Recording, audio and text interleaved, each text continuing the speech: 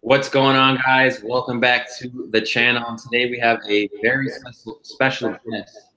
I have with me Paul from Skyler and Friends. And Paul, introduce yourself. Let the people know who you are. Okay, hello, I am Paul, and I have the channel Skyler and Friends. Basically, what I'm trying to do is just get out the message: be you and love fearlessly. That's my slogan, motto. I just want people to love without fear of rejection, without fear of your past things dictating, not letting it prevent you from doing what you want to do now and in the future. Just be yourself, and I want other people to feel comfortable to be themselves and not waste time. This life's really important, really precious, and really fragile. So that's basically my thing.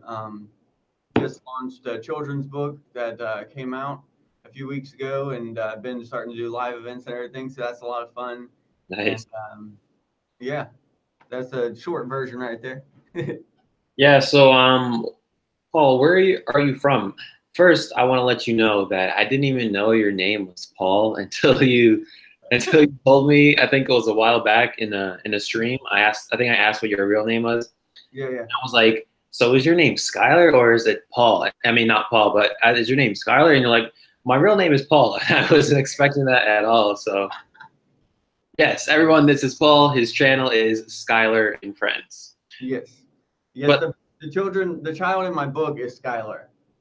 So, and then oh, okay, cool.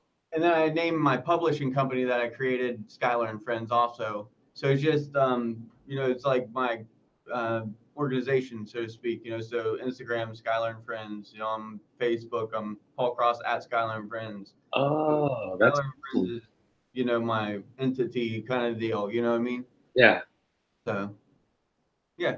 that's pretty awesome. So I know we were just speaking about this a little earlier, but how's your day been going? You just said you got back from an event. Yes. Well, I went on the 5th. We had Oh, a few days ago. Yeah, yeah, that was a few days ago. Today, I've been just out hitting up some libraries, talking to people, getting in some contacts with that. I got a couple calls in with trying to get into local bookstores and getting into some schools. I just spoke to a second grade teacher yesterday, and she's going to have me come to a reading for her classroom when school gets back in. So that's really awesome. That'll be my first children's reading event in the school.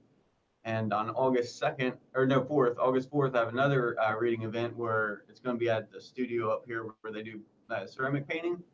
So all the kids are going to paint ceramic dogs that look like balloon animal dogs, but they're ceramic. So they're going to paint that, and then I'm going to read the story and everything, and it'll be a lot of fun. So Awesome. It sounds like everything is moving super fast for you. yeah, it's been like because I've been putting a lot of work behind it before launching it, and that's really helped. So once it was here, it was like I had people that were coming along the journey, and I think that's really important.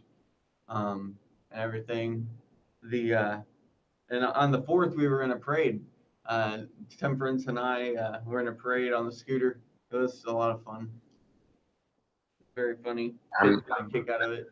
I'm super glad. I'm super glad that things are going awesome for you. And you said this is your first book that you launched. Yep. Yes, this is my first children's book here. And I did a lot of research during it. I'm one of those people that love to like read and learn stuff. One of the weirdos. Yeah, But, so like I wanted to make sure I did it right. And there's a lot more to it than I would have ever imagined going into it, uh, definitely. for sure. On the back end. Yeah. All right. So before we get into the heart of this interview, I'm going to get it out on social media real quick, just to let everyone know that we're live. Hopefully, get a few more people on here. We got about 5 people on here right now. But yeah, just give me like a few seconds, and then we'll get right into it. Awesome. I'm gonna pull it up on my phone so I can see what's going on. Awesome. But Forever. yeah, just give me like a few seconds, and then we'll get right. Turn that down. There we go. Here, we'll let Temperance entertain everybody. Dun, dun, dun, dun, dun, dun, dun, dun, dun, dun, dun, dun, dun, dun, dun, dun, dun, dun. She has little angel wings on her back. Really? Oh. See, How long have you had her? How old is she? since she was 7 weeks old, she is 5.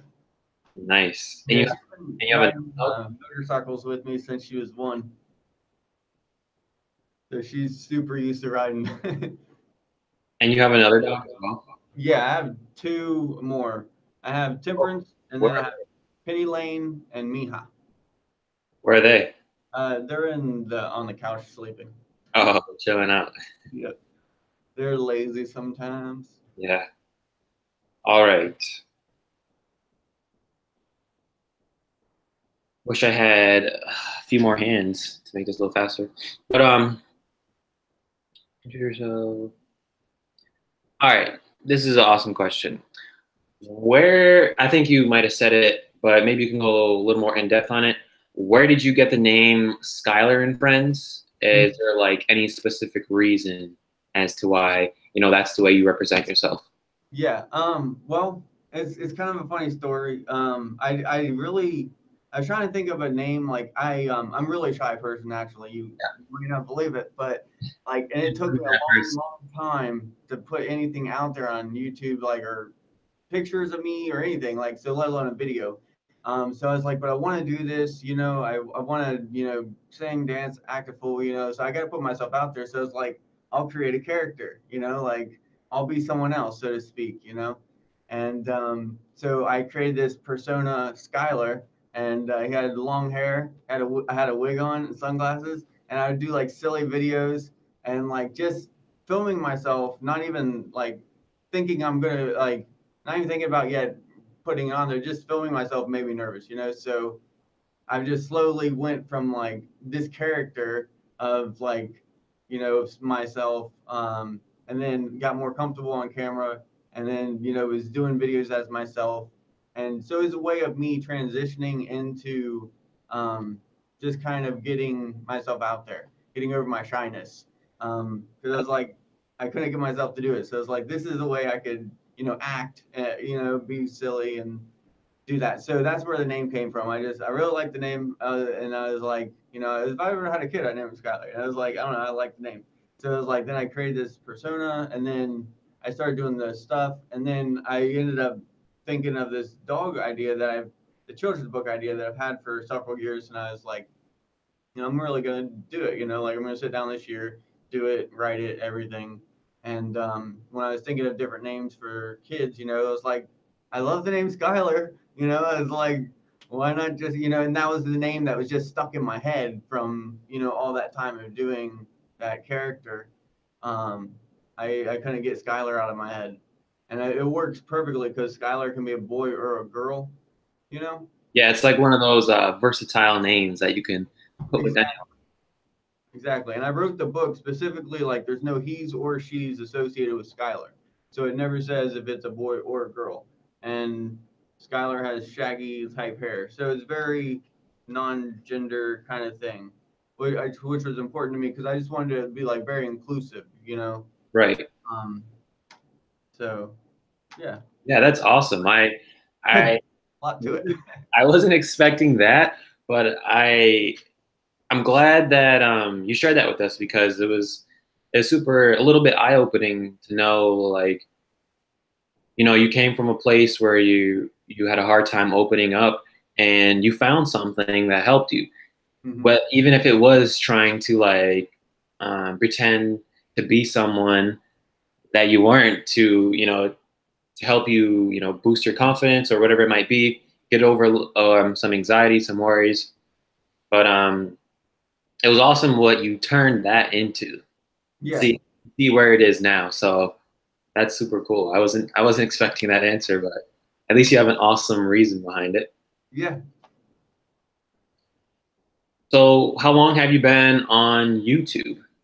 I think a year ago, maybe a little over a year ago, is when I first put my first videos of me as like the Skylar character doing silly stuff. And then like maybe 6 months ago or so, I started doing more of like just dog videos, and then a little bit more kind of. So I'm really new on there as far as doing it just me on videos. maybe 3, 4 months. I don't know. I'm really active on Instagram, and Yeah. I started doing that because dog pictures. I love taking photography pics, dressing the dogs up and stuff. It's hilarious, and so that's where my main base was. And once I was like with the children's book, I knew that was a good way of reaching people that were like-minded, like-hearted, like would want something that would be like a children's book like I am liking, or the message I'm trying to get out there about being yourself. They would appreciate that. So Instagram has been like my main base, I guess. And that's one thing I do like about IGTV is like I can put longer forms on there. Yeah, IGTV is awesome. There, at first I was a little skeptical about it, but then once I started, messing around with it a little, I was like, oh, this is actually nice. This is actually nice. So you put stuff on IGTV. Yeah, I put actually that's the first place I sung uh and played guitar and the ukulele like in front of anyone was on there. Like I posted it. So I have a few songs like that. I just had ideas for like songs that I put them on there, and just trying because that's my next step is getting over singing in front of people. So I've been putting out little things. So I'm Yeah, just trying to step outside my comfort zone more and more. you should make some YouTube videos. Throw them on here. I will. I would love to see that. Cool. Yeah, they're on my IGTV if you but yeah, I like to play. So I know you play the ukulele. What other instruments do you play? The guitar and the bass, and then I used to play drums. I haven't in a long time because I lived in apartments for a long time. Yeah, So you can't really play a drum set in apartments. But now I'm in a house I could. But yeah, so those guitar, drums, bass, and ukulele and guitar. I think that's that's that. very that's very versatile. I remember telling you I wanted to learn how to play the piano. Yeah. Yep. Yeah, So you should. That's cool. My mom plays. is she any good? Oh yeah, yeah. She was in like growing up. She was in gospel bands a lot, but they traveled all over like 5 different states, and stuff. And they made a record, like an actual record. Really? They're like old school. So it runs in the blood, huh? Yeah. That's awesome. Um, um so you might have mentioned this before, but was there any I know how you said when you first started your channel that Mhm. it was like this is when you first started expressing this Skylar persona. But Yeah. was there any other motivation Oh or yeah, yeah. I mean, specific like the reason? reason I wanted to start it originally was, did I cut you off? I'm sorry. No, no, you answered what I was gonna say. Go ahead. um like I wanted to start off by like giving information that I've learned from my issues because in 2009 I got real sick. I went from 175 pounds to 89 pounds in about 6.5 months, and it was hospital, a lot and everything. I got real sick, but fast forward like to that time when I was getting ready to start YouTube, is like from all the things I learned from all my experiences with my health and everything, I wanted to help other people in some way. So like I made some videos about like vitamin D3. I made videos about like making avocado and guacamole and stuff, things of that nature. So I wanted to help like put information out there that's going to help people in any way. That was the beginning goal. Still the goal is like to help other people, and the knowledge I know is like from that is about anxiety and about like stress management, about health, about food, about your body. Like I learned a lot going through my bone marrow disease and my heart and stuff. I had the pacemaker, Oh, and sure. when I was 25 I got that, and since I was 89 pounds I had no fat, no muscle, so it's right on top of the chest Yeah. instead of like under muscle, you know what I mean? um, so just like I learned a lot from all those experiences. So it's like I want to help other people, and like I can't do that if I'm too ashamed and too shy to do anything. Right. Like I've always been very low self-esteem, growing up and everything. Uh, so it was really hard to get there. Really, really hard. Like my dad was a preacher growing up, so you Yeah. can imagine like there's like a huge bar and nothing's ever good enough. You know what I mean? But then on the flip side, he was really abusive. So, then that wants to turn you away from, organized religion. So it's like very um, polarizing, you know what I mean? And I allowed that as a kid, to make myself shrink in.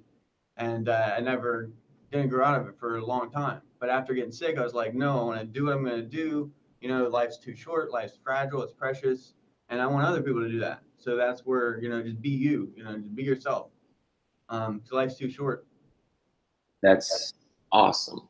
And I think something that we all have in common, when I say we, I'm talking about the other YouTubers I've interviewed or the people who watch my channel or the people who watch your channel, is that we all have a very specific reason or an important situation that happened to us that was the cause for why we want to give back or why we want to help people.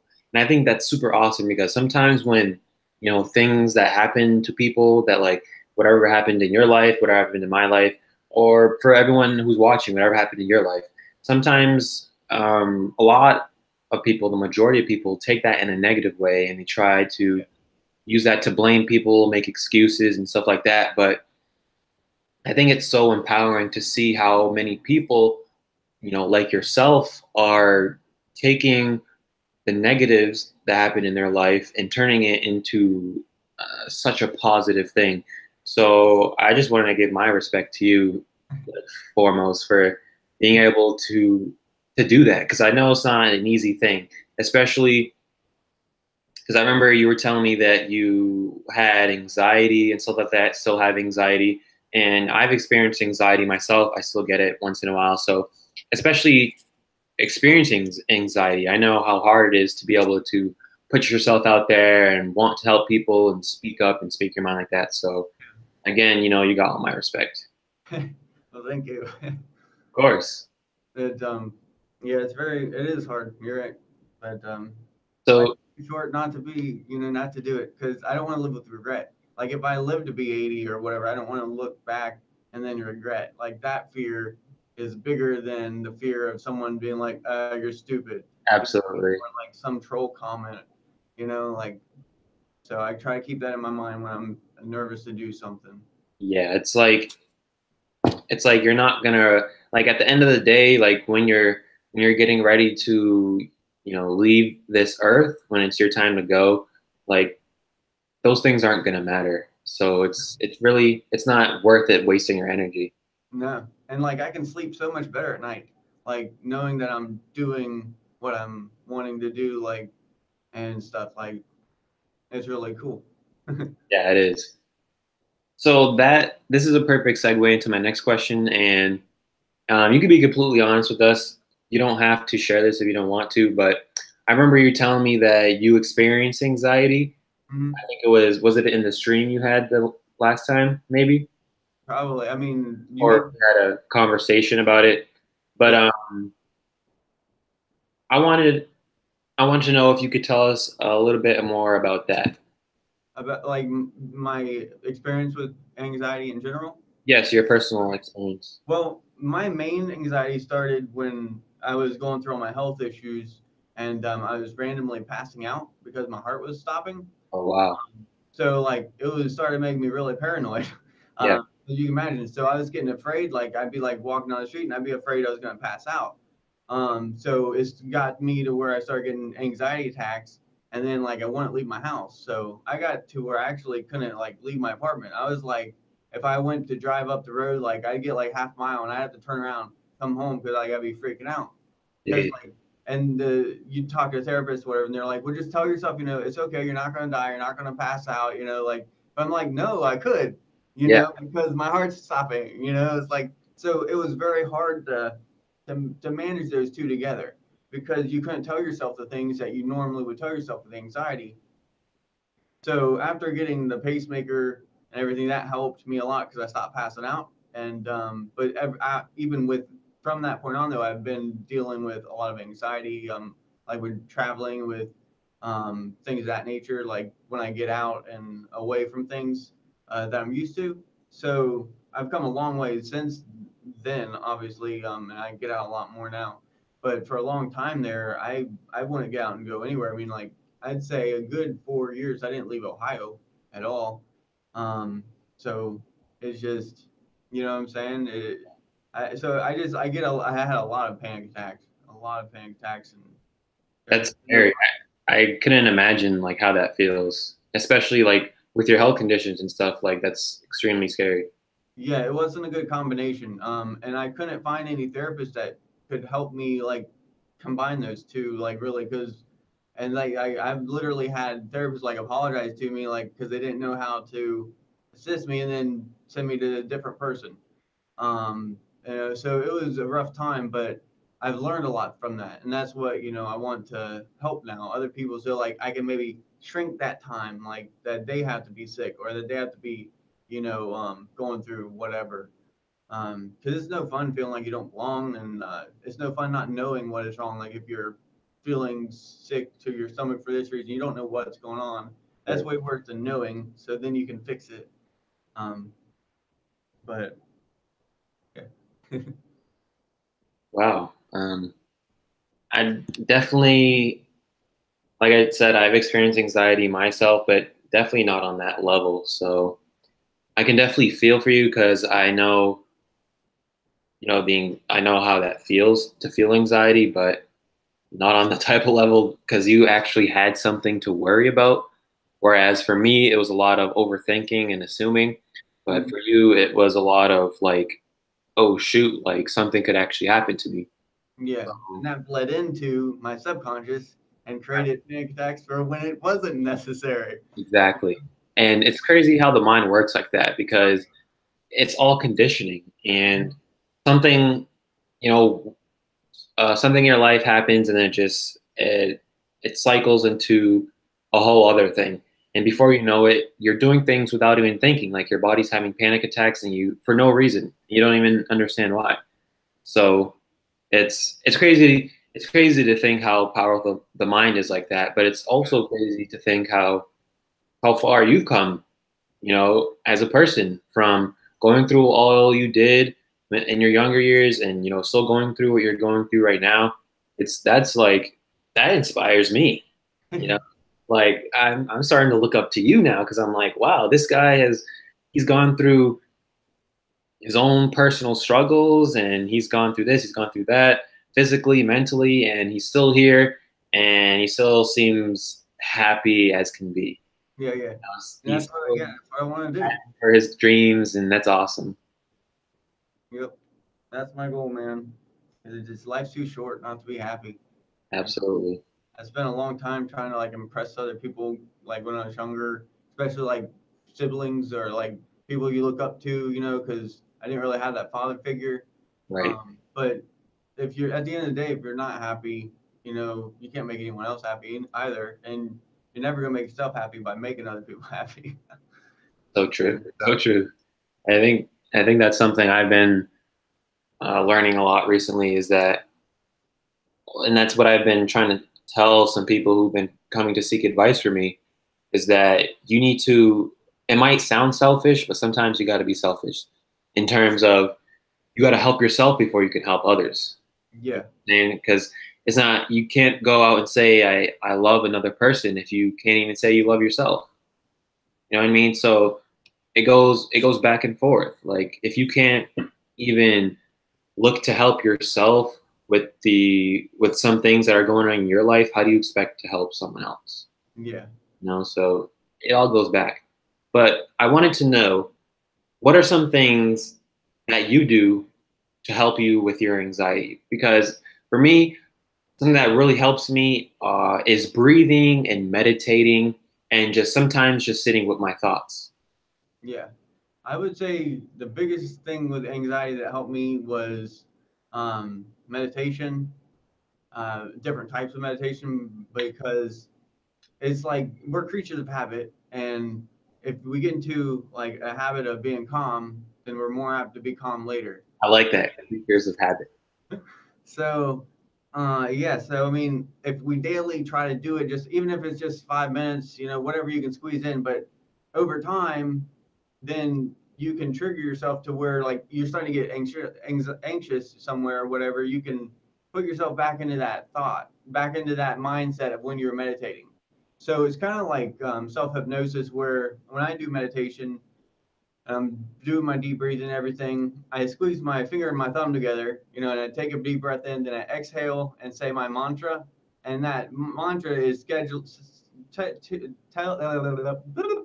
telling my body, signaling my body to relax.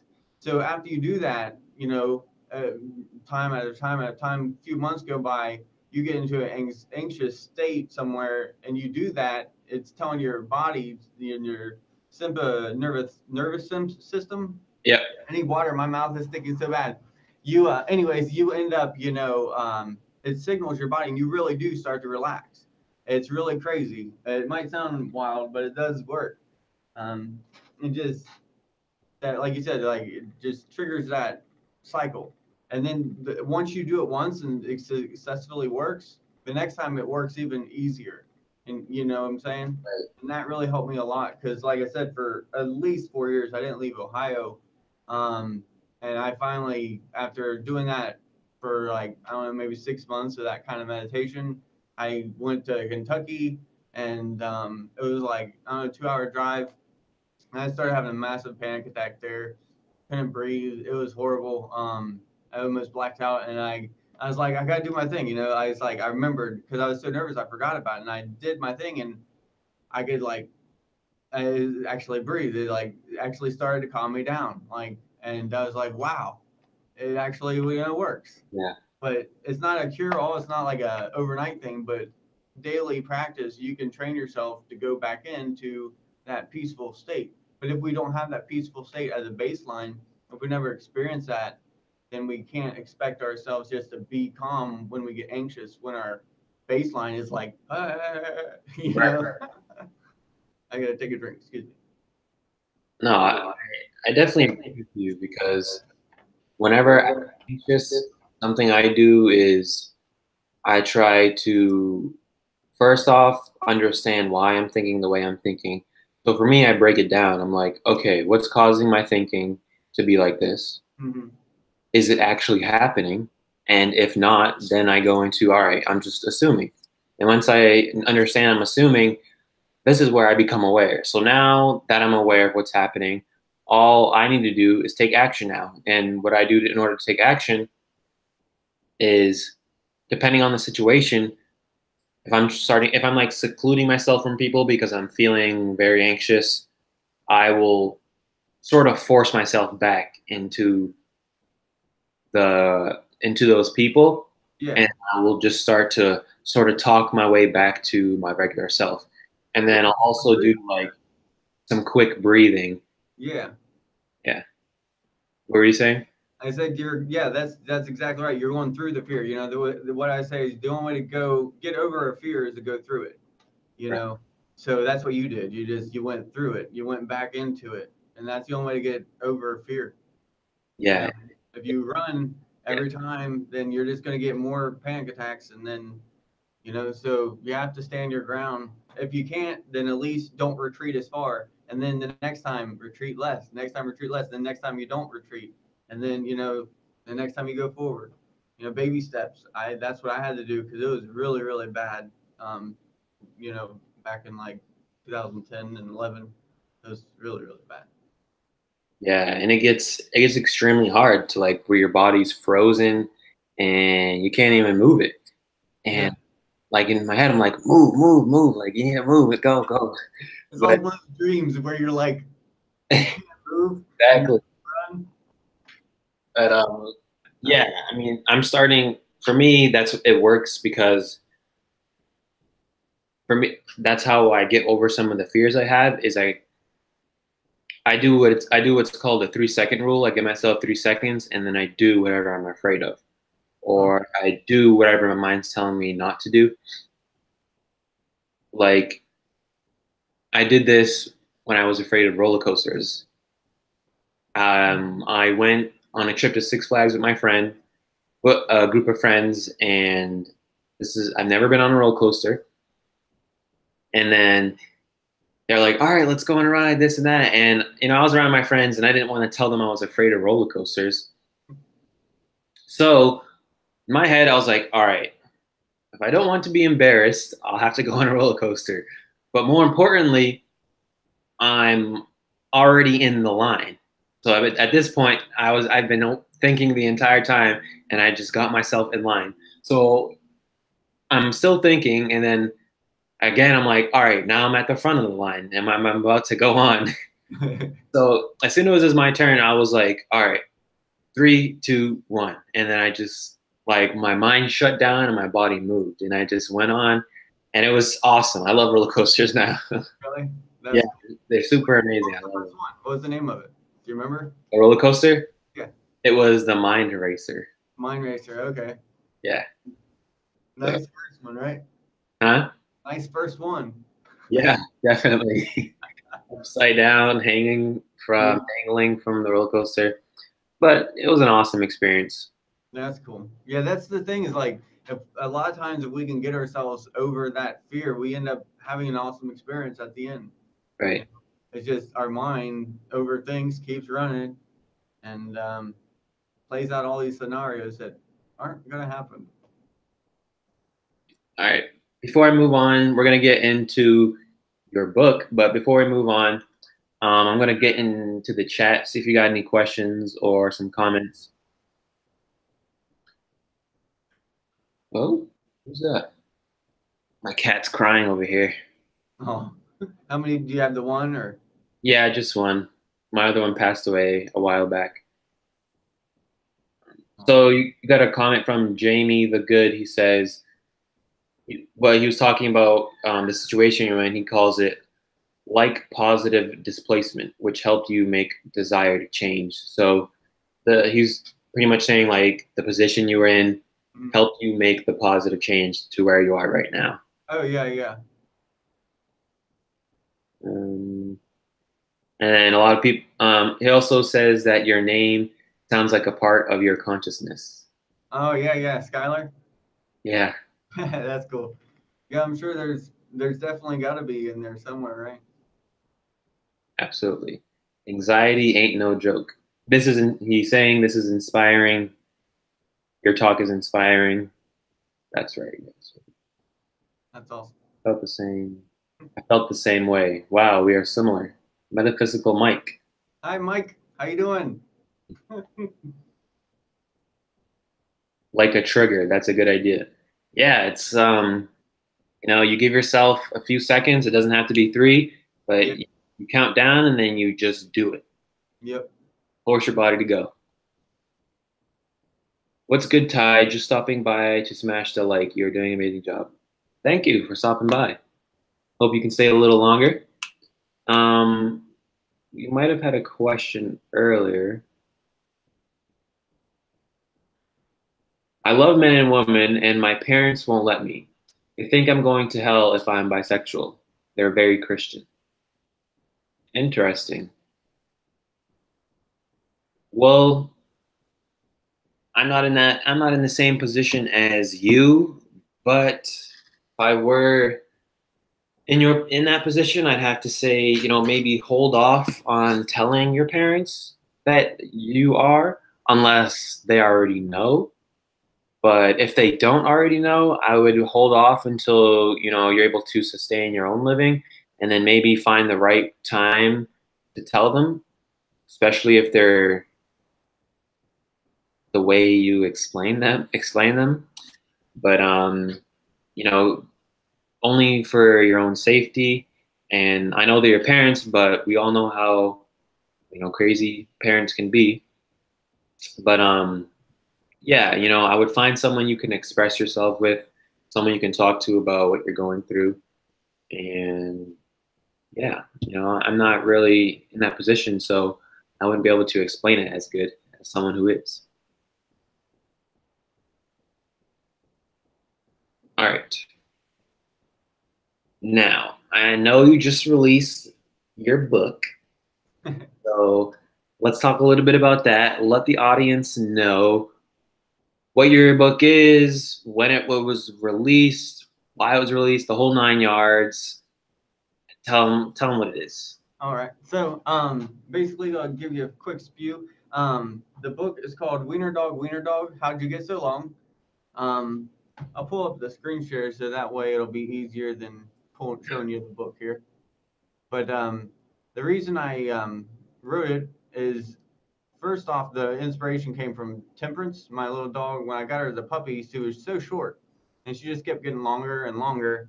And so I just thought it was, it sounded really cute. Winter dog, winter dog. How did you get so long? And then obviously my message is be you. So I wanted to incorporate that and incorporate. I don't want people to judge other people or feel bad about themselves or anything. So I really just wanted to get that across of not non-judgment. And I love wiener dogs. Penny Lane, my first dog that I got when I was really, really sick, helped me get through that a lot. And so, wiener dogs now, dachshunds have a special spot in my heart. Can you see the cover? Yes, I can see it. Okay, cool. So that's the cover. Little Mija over here is my other little dog, and she's hidden throughout the book. So the kids have to find it, and everything. But the overall message, like I said, is just not to judge people by their appearance and just be yourself. So through the book, Skylar keeps questioning how or why Penny Lane is so long. And each one is like, okay, did you win a hot dog eating contest? Did you get stuck in the slide? Those things. Very vibrant, colorful pictures. And like I said, Mija's kind of hidden throughout there. And and then this is where it comes in, where I'm making the wiener dog balloon animals for the kids in the events because of this page. That's how I incorporated that with the live events. You see a balloon animal that came to life, yoga, all that good stuff. And then in the end, the mom explains there's nothing wrong with Penny Lane. She's a dachshund. That's just how she grows. We're all unique and special. And just because someone looks different doesn't mean there's anything wrong with them. So that's the gist of it. And I released it a few weeks ago on Amazon, Barnes & Noble, on my website, winterdogbook.com, and on my Facebook page. So it's available all over. And now I'm trying to get it more into some local stores and some local libraries and everything. That's awesome. And this is how I've been marketing it around town. I drive around on my scooter. Oh, that's on your scooter? Yeah, this is on my scooter. I designed this frame and then cut it up and had this guy weld it for me so I could bolt it to my scooter. And then I printed out these aluminum signs through signs.com and strapped it right to it. And I ride around. This is what we had in the parade too. That's super cool. Yeah, so the kids loved it. The parade went really well. It was a hoot for sure. So how many units have you sold so far? 50. 50. That's impressive. And when did you release? I think it was 2 weeks ago. 2 or 3. But yeah. So the pre-orders helped a lot. With getting my information out there, before actually launching it. There we go. I'm back. Fixed it. Nice.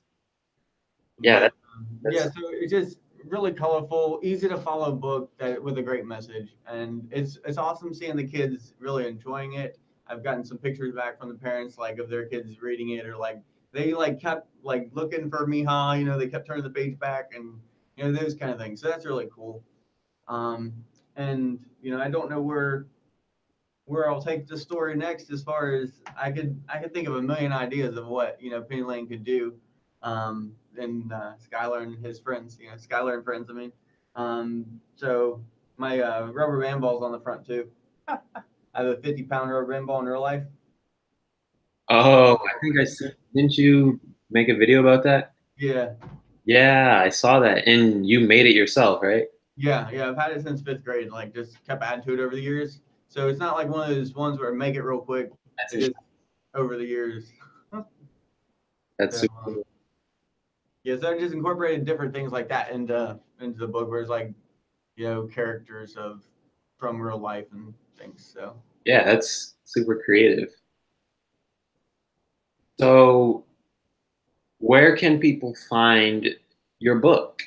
my website, winterdogbook.com. I can put it, or you can probably put it in the chat thing. Yep, I'll put it in. Yeah, winterdogbook.com, and you can go on there and purchase it. It's available in Spanish and English, softcover and hardcover. And then also it's on Amazon, and it's on Barnes and Noble and several other like bookstores websites. And then WienerDogBook.com. yep, winterdogbook.com. Wiener- And yeah, then Pet Wants, the store up here, got some books from me to carry in their store, so they're going to be selling them there in their store now. And got some other events coming up. Nice. So, A lot of fun. what was your favorite part about making this book? I would say, like, see, I don't know, like, that's really hard. I would say, like, seeing the whole process, because like from the beginning, like the sketch to now, like when I got this printed and it came to my house, and I could look at like the original sketch that I did for the book, and then look at this, like to just be like, it came from the one idea to the book, and I was just like, it was such a cool feeling, Yeah. a feeling accomplishment, and just feel, and it was just like, it's really neat because I have so many ideas like bombarding my head all the time. Like I'm sure like you do, you have the racing thoughts, like, Yeah. and sometimes it's hard to grasp one and go with it when you have so many interests and so many ideas. So it was really cool. Like it's just more so to prove to myself, if you stick to one thing for a little while, or even consistently daily work on something, you can do something awesome. And so that feeling was probably the best part, was like seeing those two together. The It's just, process. yeah, it's really cool. Yeah, it definitely is. Going the whole journey is definitely the best part. Yeah. So, is there any specific reason why it was a children's book and not like a novel or a nonfiction book? Was there any like main reason why it was a children's book? Multiple reasons. One reason is because I think that we need to reach people at a young age to learn to love more and be less judgmental. Than like, it's really hard to change an adult's mind versus hearts that are pure already, that are children. Like, I want them to know that it's okay to be themselves. Like, I was put down a lot, and like I got a lot of stuff when I was little that was negative towards me, what I mean? And things that happened to me where it's like, I don't want that to happen to any little kid, like the things I went through as a child, I don't want them to go through. And I don't want them to grow up thinking that. Even like, you can't help but like, if you're living around parents that, oh, they kind of suck, like, for lack of a better term, like, but you can't help sometimes where you are. But if I could be a light at all there, like to be like, it's okay, you're gonna get through this, and you know what I'm saying? Just kind of like, I just wanted to reach that, and because of what I went through as a child. That's one reason. And the other reason would be, I love children's books. Like, I always wanted to write one when I was a little kid myself. Like, I have a book somewhere where I made it in, like, I don't know, maybe 3rd grade, and I wrote a book, and it was like Dr. Seuss, like rhyming kind of thing. And it was like torn pages, and stick figures and stuff. But I just love bright, colorful things. And I love cartoons, and um, so it's perfect. Like, this is a perfect representation of me, is like bright, colorful, happy, and dogs. Right. It definitely matches with how I see your channel or how you represent yourself on social media. Yeah, It like I could definitely see that, just it matches you. I don't know how to explain it.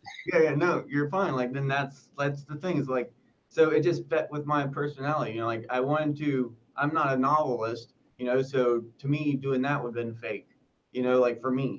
Um, so this was like it was just me. No other way to describe it. It fit. I didn't really choose it. Kind of almost like it just the idea popped in my head. Wiener dog got too long, and then I kept thinking like how these ways that Penny Lane could have got long, and my mom makes a lot of cookies, so like in the Christmas time and stuff, rolling out cookies. So like one of the ways is like the grandma rolling out the dog with a cookie dough, and it's like spreading her out. So just like just all these things, I was like, I gotta write this book. It'd be adorable. And the more friends I told about it, like or talked to, they'd be like, "That sounds really cute," like. Yeah. So. That's awesome. So I know you expressed it a little, but do you have any long-term goals or vision with writing your children's books? Yeah, I mean, I want to get into some libraries for sure. Like, I got accepted into the Library of Congress for this, so means that I can now send them a copy of it, and then it'll be on file forever, and then it'll be easier for the local libraries to order my book from the catalog, the main catalog. So I really want to see it into libraries. To me, it makes it, I don't know, kind of like even more official for one thing, and then Yeah. two, you're reaching a lot more people that you might not be able to, or might not be able to afford the book, but they could go rent it, and then go there and do the reading events too. Um, as far as where I'm going to take the children's books thing, I honestly don't know yet. My overall purpose is not going to change, but I don't know where the path is going yet. Does that make sense? Like where I want to help people. I don't want to help just children. I don't, I want to help adults too. I want to help everybody. Dogs, humans, babies. Yeah. But so wherever my purpose takes me is where I'm going to go next. If it's another kid's book, that's awesome. If it's another venture that I'm not had presented to me yet, and that's cool too. Like I like had some shops up the street asking me to make balloon animals once a month, like and bring them up to the shop like to decorate. It's like I just learned to make balloon animals 3 months ago to make wiener dogs. Yeah. So but like I really enjoy it. It's like not something I ever thought I would have been doing. You know what I mean? But like it's really cool and it brings happiness to people. But yeah, I mean, I can definitely see a lot more stories for her. And at the same time, I basically just want to reach as many people as possible. If that's doing public speaking, or if that's doing online stuff, or if that, whatever. But wherever my purpose takes me is where I'll go next. Nice. I like that. I like that. So we're about an hour into the stream, almost there.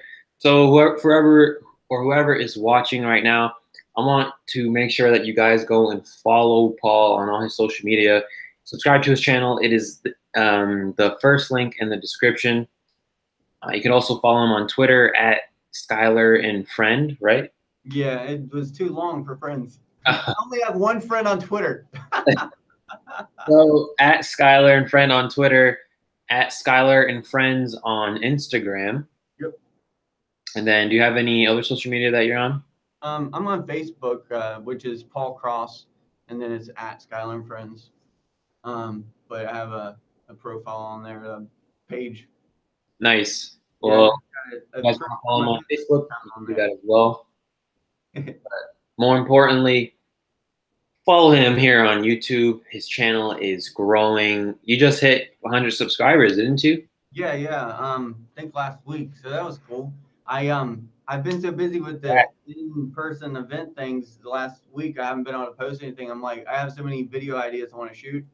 I'm excited. I have this little piñata I got, the miniature one. Yeah. And Temperance is gonna beat it, and I'm gonna like have dog food in it or dog treats or something. Oh my gosh. Yeah, that'll be silly and funny. So Yeah. I want to do some silly, stupid stuff like that, and then I want to tackle some real issues too, and just bring happiness and love. Yeah. Me and my brother make once in a while we'll make like these comedy skits. Oh, cool. It brings some comedy to the channel because me and my brother love comedy. We love joking around with each other. Yeah, And we we have this one type of humor that nobody gets. So me and my brother are always laughing our ass off because we're the only ones who understand the type of humor we have. And it's super hilarious when we record it and I edit it sometimes. So it's cool to bring some new substance to your channel. Yeah, I mean, happiness like is one of the best forms of medicine, you know, for Absolutely. for sure. That's awesome. So if you had to drop everything right now and only had to do one thing for the rest of your life, hypothetically speaking, if you had to only do one thing for the rest of your life, what would it be? One thing, like one job or like one Anything. activity or Absolutely anything. anything. You didn't have to worry about money. You didn't have to worry about, security, food, or nothing. Like that's all taken care of. If you just had one thing to do right now and you had to drop everything else and this is the only thing you could do, what would it be? That's a really hard question. Wow. Drop everything. What could I do? I would think I would travel and do like just speaking events everywhere, like and broadcast it simultaneously, like to every platform, so that I could reach as most people as possible. Like and just do it all the time, like like because that would be accumulative of like everything I want. I could get everything out. Yeah. So I guess that would be it. Like just drop everything and just speak to a bunch of people everywhere. You know? Yeah, that's awesome. I think I mine it what you just said is sort of similar to what my answer would have been, which is just travel the world, speaking to people, empowering them, trying to change their lives, meeting new people, and experiencing new things, traveling to different places. Like I think it's pretty similar to my answer as well. So, do you have any role models or mentors that you look up to? Yeah. I mean, I would say there's people I look up to for sure, like for different aspects. I try not to put anyone in like a role model like field because then you're more apt to get let down. You know what I mean? Like or more apt to think of them as they can't do any wrong. Like I've slipped into that like when I was younger. So, but there's definitely people I look up to and I respect, like Evan Carmichael. He does 3 videos a day, 7 days a week, and puts out all this inspirational content. I Pretty good. respect the shit out of that. You know, um, Dang. yeah, it's like it's so consistent. So I really respect that and respect what he's trying to do. Um, I really look up to consistency a lot. Philip DeFranco is another one on YouTube. I love it. I've been watching him over 10 years now. It's the longest thing I've ever watched in my entire life. And he's come like such a far way in that time. Like he's built so much. I really respect that a lot. Um, Bill Gates is amazing. I mean, he went from people wanting all these supercomputers, and they were only giant computers. No one was thinking about home computers, and he stepped outside of that and was like, no, that's what I'm going to do. Like he went against the grain big time, then to devote to something that sounded unfathomable. So like people like that, that just I look up to a lot of people, I guess, like in that way of like I can see in people the good things, and I look up to that aspect of them. Maybe not them as a whole, because maybe something that they did that was really harsh, but I can see the good in them, and those are some of the ones that really pop into my head. That I don't personally know. That I personally know would be my mom because she's went through so much hard times and like raised my sister and I from my fifth grade onward, and just had to struggle a lot. And Right. she's an awesome person. So yeah, So, is your sister older or younger than you?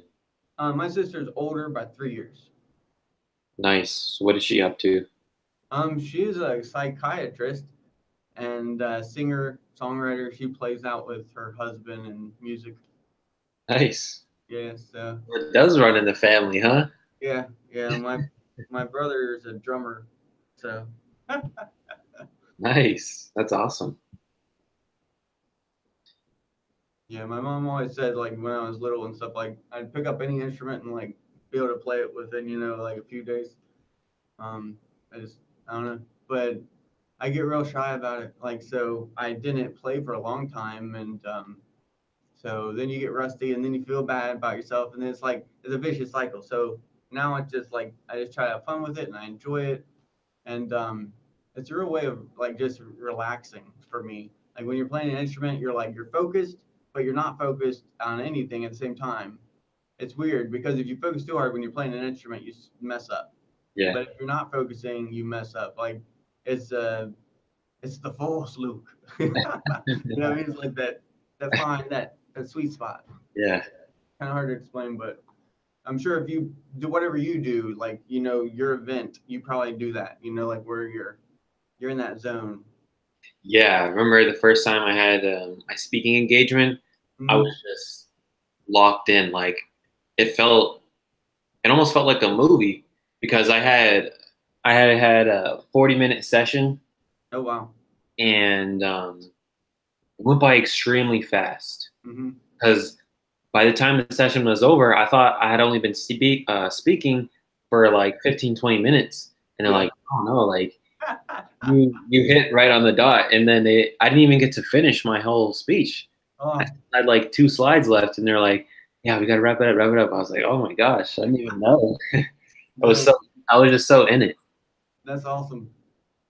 That's awesome. That's like the live stream. My first live stream was with Zach, and we ended up talking a real long time. And I was so nervous to get on there the first time and everything, and then it ended up taking. It was a long time, and I was like, it's crazy how that works sometimes. Once you get Yeah, to talking. yeah, definitely. Because it's like, it's stuff that we're passionate about and Yeah, things that we care about. So it's like you could talk for days about it.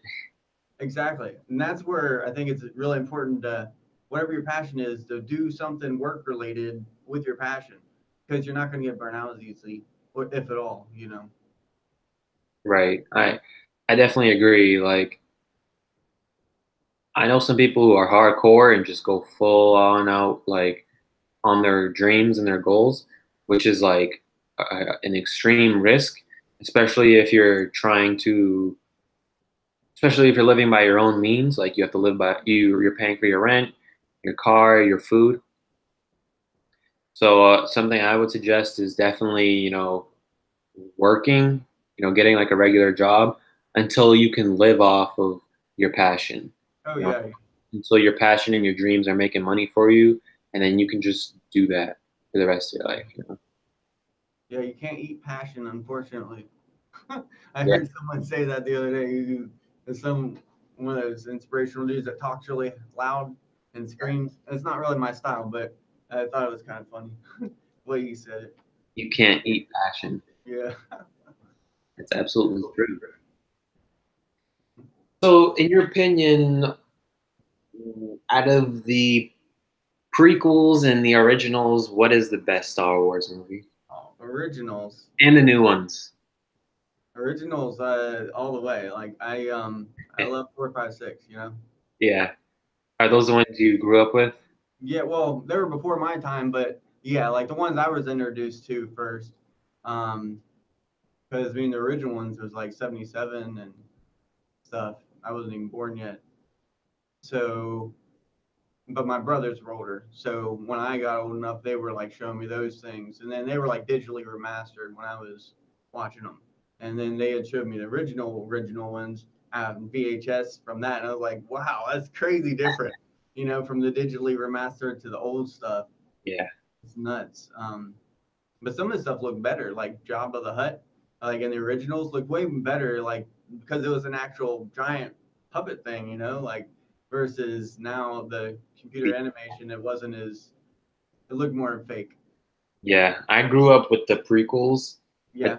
I was so obsessed with Star Wars that I got a whole box set for Christmas. Hmm. So I got the 4, 5, and 6, the originals, along with the prequels, and I would just watch those movies every day, all day.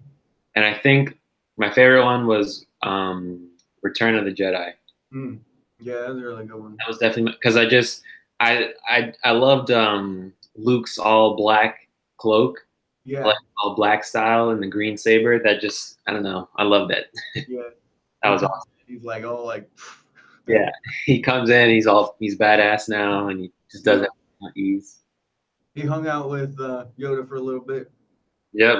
Got it now. Now you just got it all. Mhm. Yeah, those are great movies. Did you ever watch? This is really old, before both of us too, but the old Star Trek, 1966. No, I never got into Star Trek.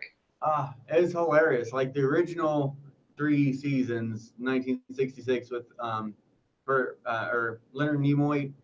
Um, it was hilarious. It's just like William Shatner and I don't know. The acting was just so over the top, Yeah, and the effects were so poor because they had such a shoestring budget. They're like, they're hilarious. I don't watch them like as a serious thing. You know right. what I mean? Like I watch them because it's hilarious. It's like the old '66 Batman. Where like they punch and it's like bam, Yeah, pow. Like I love watching that too. I've got those three seasons of each of those, or the new ones, or the old ones. I mean, on my computer. It's hilarious. I gotta check it out now. Yeah. It's funny. So, do you have a favorite movie? Are you into movies at all? Yeah, I mean, I used to watch a lot more movies back in the day. Now I pretty much I'm on YouTube watching stuff, or Hulu, things of that nature. I watch documentaries or comedies. That's pretty much it. But I did watch. What did I watch the other day? I watched. I forget the name of that movie. I like the cartoon movies a lot. Like just stupid, like Baby Boss, like stupid stuff like that. Like I just like, if I watch something, I want to just laugh or learn, because it's like I figure I get enough drama and enough scary stuff in real life that it's like, if I'm gonna watch something and just veg out in my head, I want it to laugh, or then I'm gonna learn. Yeah. One or the other. Um, but there's a real good one my girlfriend and I watched the other day. I can't remember what it was called, but I don't know, brain fart. But yeah, I like movies a lot. I do like the superhero movies though, like the Avengers and things like that. Those are really good. Have you Um, seen the new Ant-Man and the Wasp? I haven't seen the new one. I want to. I've seen the original Ant Man. That was good. I love Paul Rudd. He's hilarious. Yeah, he's real cool. I saw the new one a few days ago, and he's just as funny in that one. Yeah, yeah. I Yeah, definitely want to see it. it's cool. Yeah, he's a nut. He seems like he'd be a great guy. I don't know if he is or not, like in real life, but he seems like he would be. Yeah, definitely. Have you Uh, seen Pulp Fiction? yeah. I seen that. That was trippy movie, or not trippy. It was like gross. Some of it, like the whole nose thing. Yeah, That was like, I remember watching it because I was young when that came out. Like, and I was just like, ugh, like thinking, ah. But yeah, Quentin Tarantino, he's a character for sure. yeah. My favorite director. I love all his movies. I really, Yep. that's My favorite ones are the Kill Bill movies. mm, Um, but I definitely Pulp Fiction definitely one of my top favorites. that's cool. Yeah, he's got an interesting mind. Yeah, definitely. Very creative. Yeah. So, favorite snack? Go. Snack, almond butter, Barney's brand. I What? don't even think What? about that. Yeah, Barney almond butter. Butter. It's so good. Like it's nuts. I put it on rice cakes, but yeah, I love almond butter. That's interesting. I haven't heard that one before. Yeah, well, I have a lot of food allergies, so Oh, I have a lot of weird things that I eat, but that's one thing that I can buy, and it's awesome, and it helps me keep on weight because it's very fatty, But I can't have peanuts and stuff. So there are factories that they use very dedicated to allergy friendly, like where they don't make other stuff like that, yeah, weed and milk peanuts and stuff. So yeah, I love that brand. nice. My favorite snack is Oreos. Oreos, I used to love that. and Hands Dunkin'. down. I don't know why. I Because always, they're delicious. I always get sucked back to them. I'm like, I can't eat this entire box of Oreos, but I kind of want to. Yeah, yeah. Dream vacation. Dream vacation, Canada. Really? Yeah, I've been wanting to go to Canada for I'd say 6 years. Like I don't know why, but like I mean I know why now, but like I don't know why I've been wanting to go for that long because back then I didn't want to go anywhere. But like there's just like in my head like I was like I just want to check it out. I don't know, it just seems really and it's funny because the more and more I'm on YouTube, the more Canadians I meet. So it's hilarious. Like I'm like, and I'm not even trying to meet them. Like it just that's who I'm drawn to. The law Um, of attraction. it seems like um, it's funny. So yeah, that would be. I want to visit there sometime. I think that would be really cool. I was up at a couple years ago to Put in Bay, which is it's in Ohio, but it's up by the rivers up or the lakes up there. And if you actually you can take a boat over and then go to Canada. It's not too awful far from there. And to drive there to like say Toronto, I think it is. It's only like 7.5 hours from where I live, so not horrible. Yeah, that's not bad at all. It's like real close. So I really I want to do that sometime. Hey man, you should definitely just take a road trip or something. Yeah. Oh, yeah, I'm definitely going to after I get everything situated and financially stable, because I'm not in any place to do that right now, but I will be. And then when I do, I'm gonna enjoy it and not have to worry about things back home. Makes sense. That's probably the better way to enjoy it. Yeah. But it'll be fun. So we're coming close to the end of our interview, but I got some last few questions for you. They're pretty deep, they're pretty serious, but I think you can come up with an awesome answer for us. So, what do you think your life's purpose is? My life's purpose is what I think it is and what it really is. That could be two different things. I don't know. I think you can create your own purpose if you have a passion and you dedicate yourself to it, then you're creating a purpose. And the purpose I'm creating is through the pain I had. So I'm creating my purpose has come from my pain. And my purpose is just to help other people realize life is short, life is precious, fragile. So be yourself and do what you want to do and do it because and I'm not saying recklessly, like Yeah, I always say live as if you'll like live today as if you'll die tomorrow, but plan as if you'll live forever. Okay, because you want to live for now, but you don't want to kill your future at the same time. You know what I mean? So the thing is, like my purpose, then, like I said, I just want to help other people feel comfortable to be themselves, and it's such a bad feeling not belonging. You know what I mean? And I want to rid the world of all that negativity, all that hate, all that division. yeah, There's just way too much division in this world. And starting with the U.S., like where I'm at, like that's where I want to start. Is like where there's way too much division here. You know what I mean? It's like why can't we have conversations that where we disagree, but we don't have to go um, complete polar opposite and then hate on each other. Like come to the table and logically, there's too many emotions that goes into politics. I think for one thing, but two, just not enough love. So yeah, that answer it, I guess. yeah. I think we all, when we all get asked that question, it's like, well, I mean, it doesn't just come down to one thing, you know? Like, Yeah, I could be doing that. Like, I think I should be doing this. I think I should be doing that, that, blah, blah. But um, something that was key to what you said is just helping others. You know, understand that being yourself is all that matters. You know, expressing yourself in the utmost way you know how.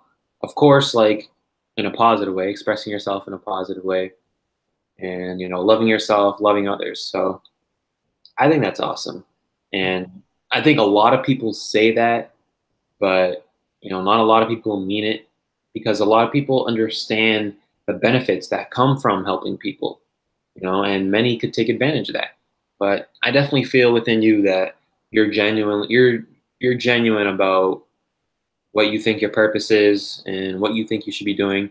And of course, over time, it might change. That might change for you. Right now your purpose is what it is, but maybe in a few more years it could be something else. But that's what life's about. That's what the journey's about. Is it's always changing. When you were first writing your book, it wasn't you didn't just write it the first way you thought about it. You had a ton of drafts you had to go through. So you could think of life like that. Like there's going to be a ton of drafts you go through, and the journey will always be changing until it's your time to leave.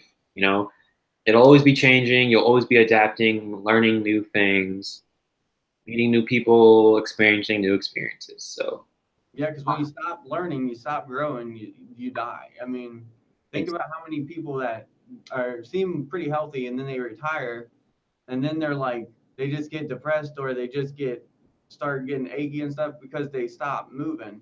yeah, I had a neighbor, he was 85 and he still worked, and he got me a job where he worked, and he was get man, like no other.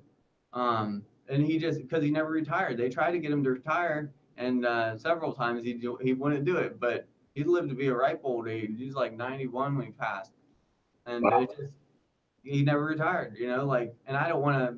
I'm not saying I want people to do that at like a 9 to 9 job like he was doing. Like all the time. Like that's your life away. But whatever your passion is, work on it every day, and eventually you can make it. You can, especially in the United States, like if you're not trying to live like a crazy lifestyle, you can make it on your passion, like, and live within your means. Like, I mean, it's going to take some time, it might take 5 years, might take, 10 years, whatever, but isn't it worth it? Like versus not doing anything and just living the 9 to 5 every day and working for the weekend. all Like right, I hated that. Like I hate having like the work for the weekend where it's like, oh yeah, it's a weekend, I can hang out with my girlfriend, like or whatever. And then you dread Sunday night because you're like, oh, I gotta get back up in the morning. It's like, but if you love what you're doing, it's not like that. It's like, oh man, I can't wait to get up because I got this thing to shoot, or like I'm going to do this commercial in the morning, like that's awesome, Um, so I don't know.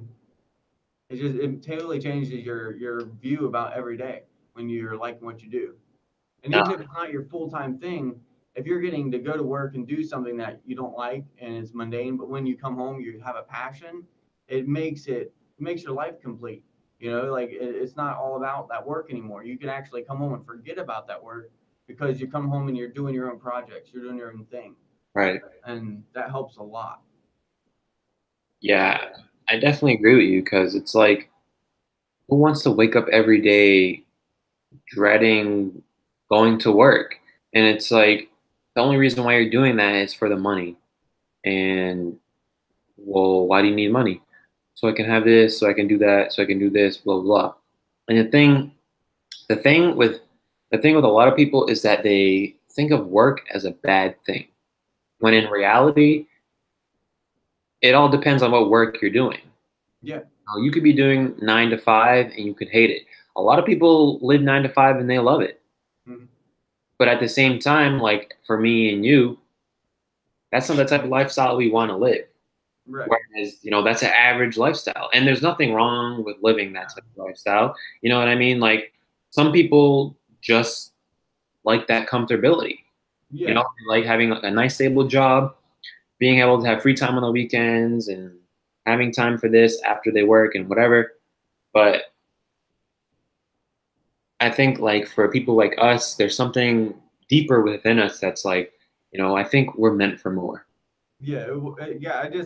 Yeah. When I go to do those like jobs and like 9 to 5 kind of things, I get burnt out real quickly. Like if I'm not helping, like if I don't feel like I'm really doing something like productive or like making a difference somehow, like I can't. It's really hard for me to be like I'm just wasting my time. Yeah. And I just, I don't know. But if that everyone's different, and like you said, I know plenty of people that they enjoy they go to work, they do their thing, they come home and they're cool with that, and that's awesome. But the world needs both.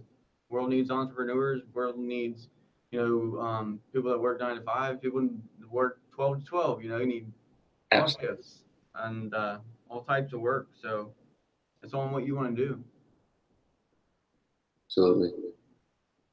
So before we end it, I want to know, what are your 3 top values or morals that you live by?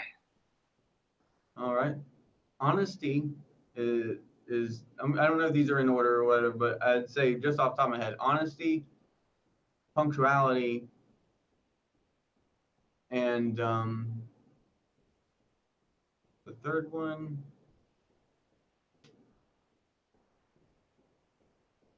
kind of, they can kind of start to tie together after a while. Yeah, But there's too many. yeah, because like trust goes in with honesty. You know what I mean? Loyalty kind of goes in with trust. You know what I mean? Like where you're not gonna be loyal to someone and not trusting them. And so the loyalty, or I mean honesty, punctuality, because I do not like being. I hate going somewhere and like someone says they're gonna be there at a certain time and then like they're super late. Like Yeah, I'm not late for people. You know what I mean? Like I understand things happen. Whatever. But um, I don't like that, like where people don't take you into consideration, or whatnot. Especially nowadays, you can text or call someone from dang near anywhere. You know what I mean? But absolutely. and I guess the third one though would be persistence.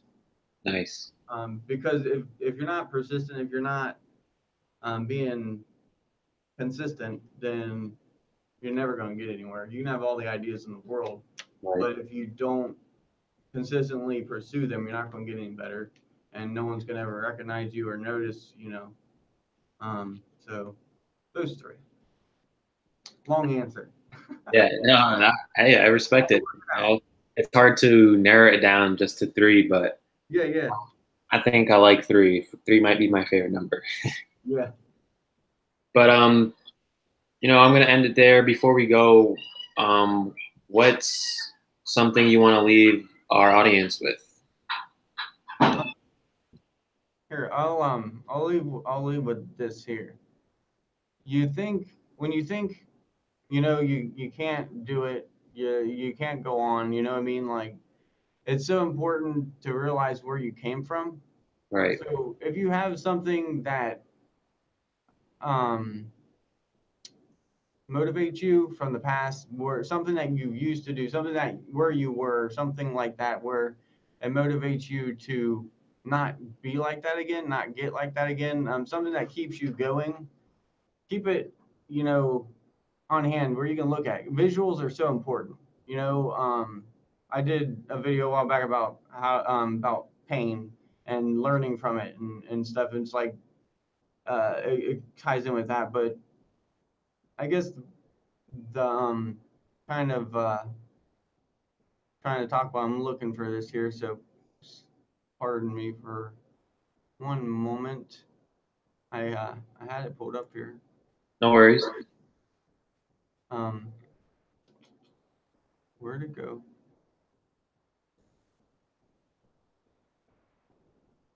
Where did it go? I have so many folders, and at least I know which it's in. It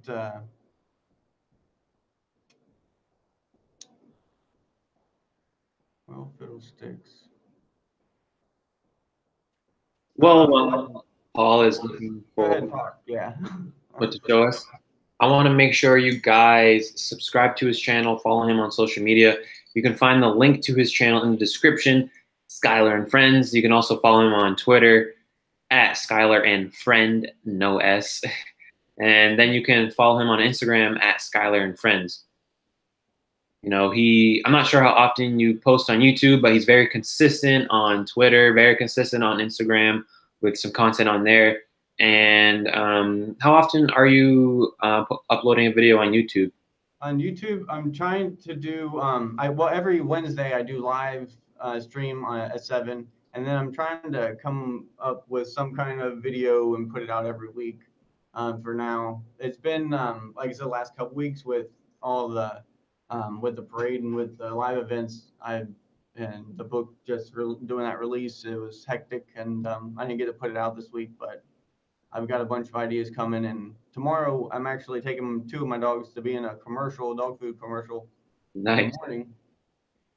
So that's pretty cool. And I'm gonna get some video from that and stuff. But yeah, so weekly, and then Wednesday 7 is my live time. Nice. So look out for that on Paul's channel, Skyler and Friends. Every Wednesday, live videos, and then in the near future, weekly videos. Yippers. And then here's what I was trying to find. When I, like I said before, when I got real sick in 2009, I went from 175 pounds to 89 pounds in about 6.5 months. And it was just like I could barely walk and everything. So I found that you start to really learn what's important when you go through something like that, and you're where you can barely walk. And there's nothing more important than like your health. And that's overall, like the biggest thing is like someone has to be, if you're not here, it doesn't matter what your dream is, what your passion is, it doesn't matter if you're being yourself if you're dead. You know what I mean? So be be mindful, I guess, of your health, and watch out for warning signs of things, you know what I mean? Because I mean, I just started passing out one day. Like I had no idea my heart was gonna start failing or whatever, But if you're doing anything that does hurt your body, think double think about it, because it's just not worth it. That's my back at was at 89 pounds. Oh wow. And you can see like every bone in my body. Like I could it was really painful just to sit down or anything, from my bone marrow disease, and my capillaries were bleeding underneath my skin and stuff. So it's just like, and it was from my heart. It stopped pumping, and it was pausing and stopping and everything, and then it affected my bone marrow, and then I got that bone marrow disease and everything. So it is like, and then it made me allergic to more food and like sensitive to more foods because like my body was just rejecting everything. So it was a hard time, and I had to build myself back up from that. And um, yeah, it is. I don't want to see anyone go through that. That's another thing that I'm passionate about is like healthcare system. I would love to be more involved in that, like the helping people that can't afford it to get it, or whatever it might be. But Definitely. it took me a long time to be able to get the proper care, because of pre-existing condition at that point, back then. But yeah, so I just want to share that kind of, visuals are really, can be really powerful. And it's like, I don't know, like I have so much discipline now from going through that and like where I can't eat certain foods and stuff. Like that's how to train me. Like I haven't eaten chocolate in 10 years, haven't had milk in longer than that. Just like, and a bunch of other things, I haven't had wheat or gluten or anything since 11th grade. That's 2002. So, I mean, you get to learn that life isn't about food.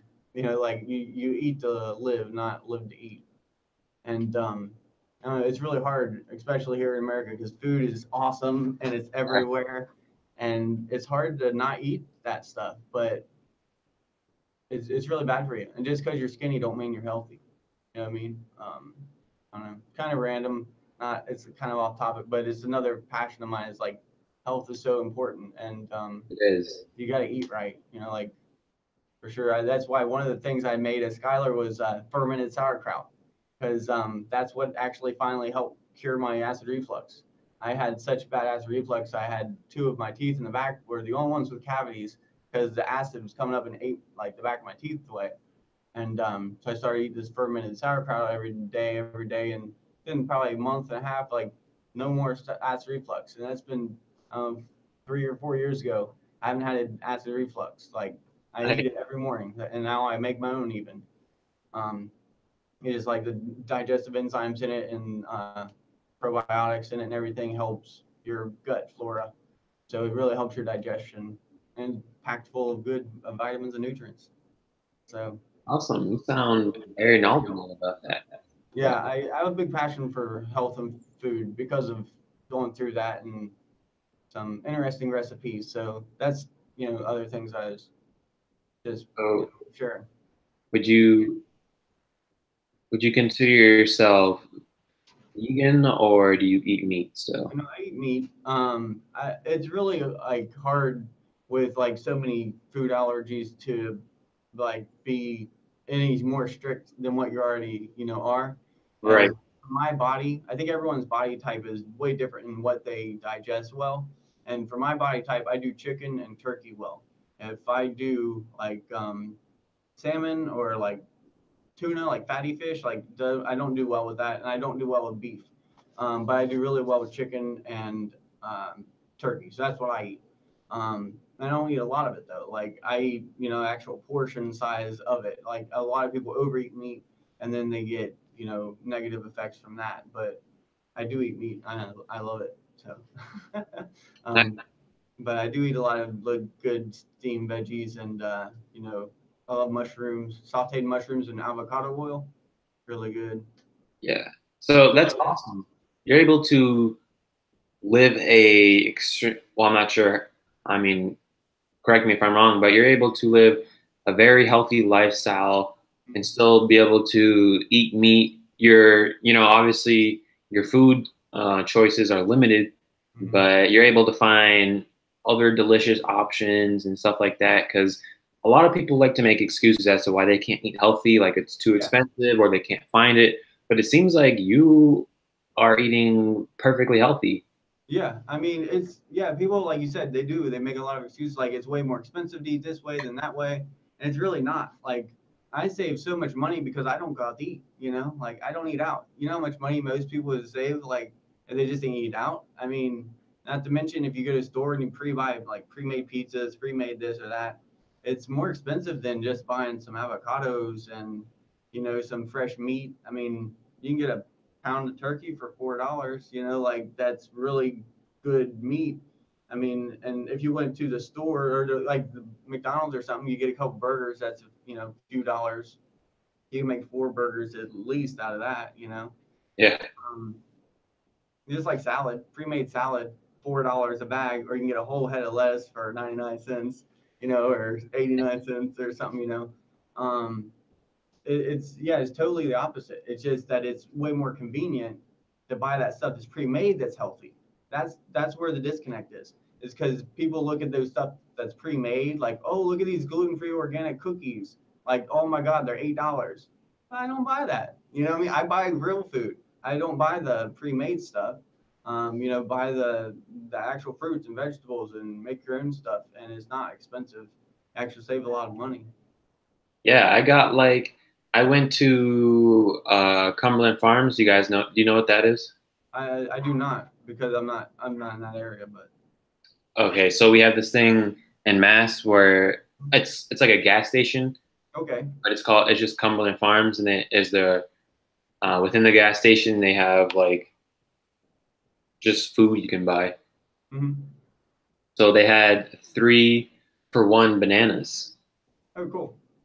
like 3 bananas for $1. Yeah, yeah. So I was like, perfect. I'll just get 3 bananas for $1. That's not expensive at all. No, yeah, and that's at a small store. So I mean, like you're going to like a Kroger. Well, we have Krogers up here, but like a big store, you can get them 29 cents a pound. It's crazy. 29 cents a pound. What the heck? Yeah, up here at Jungle Gyms, they're 29 cents a pound right now. So, yeah, I mean, like, and that, Live off bananas. huh? I would just live off bananas. Uh, but yeah, I used to love bananas. Like I can eat like a quarter of one and I'm okay. But if I eat a whole one, like It's like my stomach gets messed up. I think it's just too much sugar and carbs.